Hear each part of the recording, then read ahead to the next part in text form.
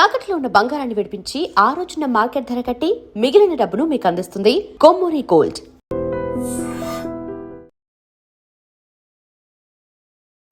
నమస్కారం, welcome to iDream media. నేను మీ సంగీత. ఖమ్మం జిల్లాలో ఒక భర్త మద్యానికి బానిసైపోయి అనారోగ్య పాలవ్వడం జరిగింది.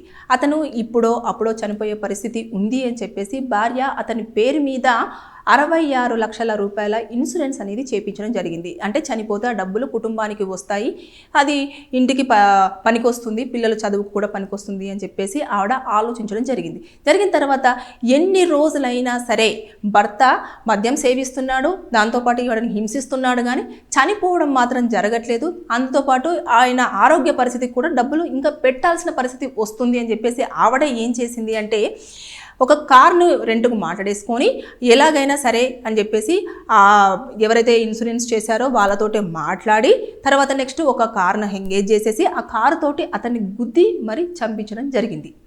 ఎందుకంటే ఆ ఇన్సూరెన్స్ డబ్బుల గురించి. అయితే అక్కడ గాంధీనగర్, ఏదైతే ఖమ్మంలోని గాంధీనగర్ దగ్గర ఒక అన్నోన్ బాడీ అనేది ఇక్కడ పడిపోయింది అని చెప్పేసి పోలీసులకు ఒక అన్నోన్ కాల్ వెళ్ళిన తర్వాత ఎక్కడ పడిపోయింది ఏంటి అని చెప్పేసి మొత్తం పూర్తిగా ఎంక్వైరీ చేసి అక్కడికి వచ్చిన తర్వాత అక్కడ మనిషి ఏదో కారు ఢీకొట్టింది, తర్వాత నెక్స్ట్ ఇలా చనిపోవడం జరిగింది అని చెప్పేసి వాళ్ళు ఒక నిర్ధారణకు వచ్చారు. వచ్చిన తర్వాత కుటుంబ సభ్యులకు ఇన్ఫర్మేషన్ అందించిన తర్వాత భర్త చనిపోయారు అని చెప్పేసి అంటే ఎలా రియాక్ట్ అవ్వాలి, అలాంటి రియాక్షన్ అని ఏమీ లేకుండా అయ్యో అలా జరిగిందా అని చెప్పేసి అని నార్మల్గా ఉండడం అనేది పోలీసులకు ఒక అనుమానాన్ని క్రియేట్ చేసిన తర్వాత మొత్తం పూర్తిగా ఇన్ఫర్మేషన్ అంతా తీసుకునే ప్రయత్నంలో ఆవిడని ఎలా అయితే క్వశ్చన్స్ చేయాలో అలా క్వశ్చన్ చేసి ఆవిడ దగ్గర నుంచి ఇన్ఫర్మేషన్ తీసుకున్నారు.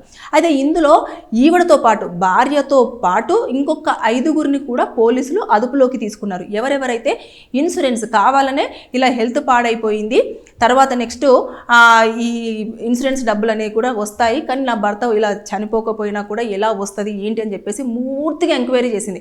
అయితే ఇక్కడ ఏం జరిగింది అని అంటే అతనికి ఫిడ్స్ అనేది ఉంది. ఫిడ్స్ ఉన్నది కాబట్టి అతనికి ఈ ఇన్సూరెన్స్ అనేది వర్తించదు అని చెప్పేసి వాళ్ళు చెప్తే ఎలాగైనా సరే ఏదో ఒక రీజన్ చూపించైనా లేకపోతే ఏదో ఒక రకంగా చేస్తే నీకు అందులో నుంచి కొన్ని డబ్బులు ఇస్తాను అని చెప్పేసి ఆవిడ అక్కడ ఒప్పందం కుదుర్చుకున్న తర్వాత ఎవరైతే ఉంటారో ఎన్ని రోజులకు కూడా చెక్ చేస్తుంది.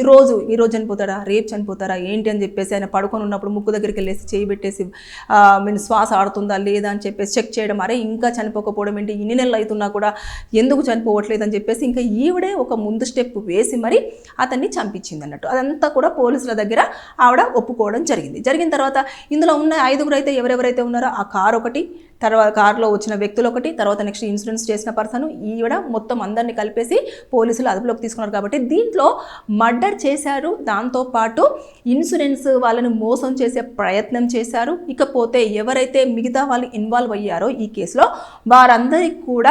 అందరికీ వైఫ్తో కలిపి మిగిలిన రిమైనింగ్ 5గురికి కూడా వాళ్ళకు పడే శిక్ష ఏంటంటే లైఫ్ ఇంప్రిజన్మెంట్, అంటే జీవిత ఖైదు పడే అవకాశాలు ఉన్నాయి.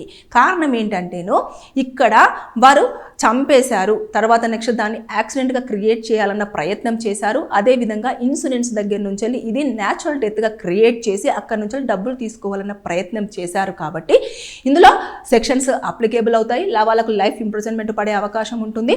దాంతోపాటు ఇక గతంలో కూడా ఇలా ఆవిడ ఏమైనా చేసిందా ఏంటి, లేకపోతే ఏమైనా అతని మీద దాడులు చేయడం కానివ్వండి, చేయించడం కానివ్వండి, ఇవన్నీ యాంగిల్స్లో కూడా ఇప్పుడు మొత్తం పూర్తి స్థాయిలో పోలీసులు ఇన్వెస్టిగేషన్ అనేది చేయడం జరుగుతుంది. దాంతోపాటు ఏదైతే ఉంటుందో అది సీన్ కొన్నిసార్లు ఇలాంటి వాటిలలో వాళ్ళు యాక్సిడెంట్ చేసి చంపేశారు కాబట్టి దాని సీన్ రిక్రియేషన్ కూడా చేసే అవకాశాలు ఉంటాయి. అంటే అతను ఉదయం ఎన్ని గంటలకు వెళ్ళాడు, ఏ టైంలో ఉన్నాడు, భార్య ఎందుకు కంగారు పడలేదు, ఎవరికైనా ఇన్ఫర్మేషన్ ఇచ్చిందా, ఎవరికైనా ఫోన్ చేసిందా లేదా, అసలు ఎంత గ్యాప్లో ఈ ఇన్సిడెంట్ అనేది జరిగింది, ఇవన్నీ కూడా ఇప్పుడు పోలీసులు వీటిని ఎంక్వైరీ చేసేసి తర్వాత వాళ్ళ ఒక ఇన్వెస్టిగేషన్లో కనుక్కున్న తర్వాత చేసిన తర్వాత వితిన్ 30 days, ఇది మర్డర్ కేసు కాబట్టి 30 daysలో 90 days అంటే 30 daysలో మొత్తం ఇన్వెస్టిగేషన్ అంతా కూడా పూర్తి చేసేసి 90 daysలో ఛార్జ్ షీట్ అనేది ఖచ్చితంగా కోర్టులో సబ్మిట్ చేయాల్సి ఉంటుంది. చేసిన తర్వాత అప్పుడు ఇది నిజంగానే ప్రూవ్ అయ్యింది అని అంటే వారు జీవిత ఖైదు, అంటే ఇంకా లైఫ్ లాంగ్ వాళ్ళు జైల్లోనే కూర్చోవలసిన పరిస్థితి వస్తుంది. ఇప్పుడు ఎవరైతే చనిపోయారో ఆ వ్యక్తి వయసు వచ్చేసి 42 సంవత్సరాలు. అతను రవి కార్పెంటర్గా పనిచేస్తూ ఉంటాడు, ఆవిడ ఇంటి దగ్గరనే ఉంటుంది, చిన్న పనులకు ఏదో వెళ్తూ ఉంటుందంట. వీళ్ళిద్దరికి కూడా ఒక పాప బాబు, వాళ్ళిద్దరు కూడా 10th standard అంటే 14-15 years వాళ్ళకు ఉంటాయి.